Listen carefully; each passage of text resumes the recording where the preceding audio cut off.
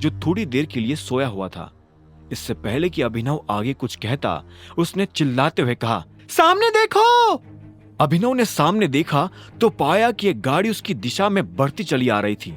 इससे पहले कि अभिनव अपनी गाड़ी का ब्रेक लगाता, सामने वाले ने अपनी गाड़ी रोक दी। उस गाड़ी का दरवाजा खुला और उसमें से एक लड़का बाहर निकल आया। यह लड़का और कोई नहीं बल्कि चिराग था। उसके चेहरे पर एक सुंदर सी मुस्कान थी। उस मुस्कान के साथ वो अनन्या और अभिनव की तरफ बढ़ा चला आ रहा था। अभिनव को समझ नहीं आ रहा था कि चिराग ने उन्हें इस तरह से रास्ते में क्यों रोका था। अब आगे क्या होने वाला था। चिराग अभिनव की गाड़ी की तरफ बढ़ता चला आ रहा था। इससे पहले कि अभिनव कुछ समझ पाता, अनन्या ने गाड़ी का दरवाजा खोला और बाहर निकल गई। ये देख अभिनव हैरान हो गया। उसने पूछा, तुम ये क्या कर रही हो अनन्या? इतने में अनन्या गाड़ी से नीचे उतरी और अभिनव की तरफ देखते हुए बोली, चिराग मुझे आज डेट पर लेके जा रहा है, इसलिए गुड बाय। दोनों शादीशुदा है और मुझे नहीं लगता कि शादी होने के बाद कोई लड़की किसी पराये आदमी के साथ डेट पर जाती है, और ऐसे अपने पति के सामने तो बिल्कुल नहीं। तुम मेरी बीवी हो।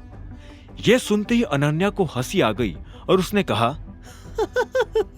अच्छा मजाक कर लेते हो, लेकिन शादी तुमने मुझसे नहीं, मैंने तुमसे की है।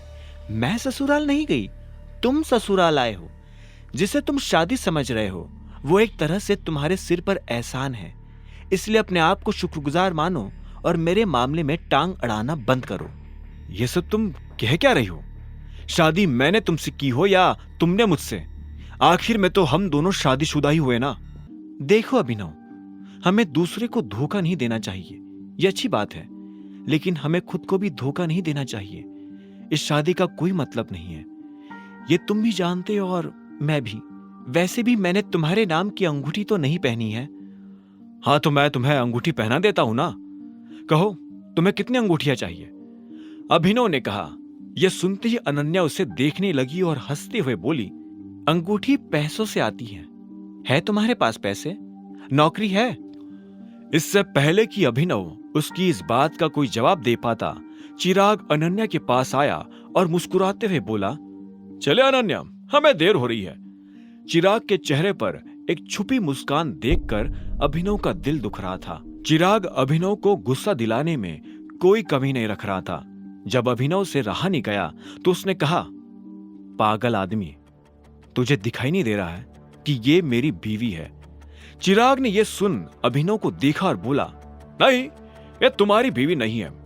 इसकी उंगली में कोई अंगूठी नहीं है और इसकी मां ने कहा है कि यह अपने लिए लड़का ढूंढ रही है। क्या? चिराग के मुंह से यह बात सुनते ही अभिनव तो हैरान हुआ ही, अनन्या उससे ज्यादा हैरान हो गई। उसने चिराग को देखा और बोली, मेरी मां ने तुम्हें यह कहा है कि मैं लड़के ढूंढ रही हूं?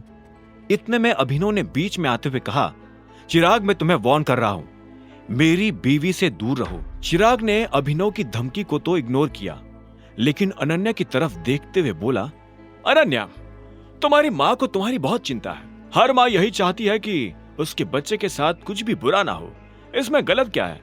चिराग की बात सुन अनन्या का गुस्सा थोड़ा शांत हुआ और उसने हां में सिर हिला दिया।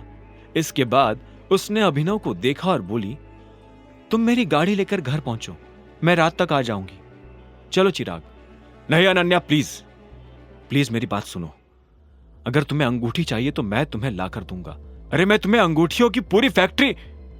अभिनव जाती हुई अनन्या को रोकने के लिए यह सब कह रहा था, लेकिन अनन्या रुकने का नाम नहीं ले रही थी। कुछ देर के बाद जब अभिनव का गुस्सा ठंडा पड़ा तो वो भी घर जाने के लिए निकल पड़ा। उसे भूख तो बहुत लगी थी, लेकिन उसे पता नहीं था कि शर्मिला उसे खाना खाने देगी या नहीं, इसलिए उसने पिज्जा ऑर्डर कर लिया था। जब अभिनव घर में दाखिल हुआ तो उसने देखा कि शर्मिला लिविंग रूम में ही कुर्सी लगाकर बैठी थी। तो मैंने जो सुना वो सच है ना? अभिनव ने नजर उठाकर शर्मिला को देखा और बोला, क्या सच है? अभिनव को शर्मिला की बात समझ नहीं आ रही थी। शर्मिला ने कहा, यही कि अकरम ने तुम्हें नौकरी से निकाल दिया है। यह सुनते ही अभिनव ने एक गहरी सांस ली।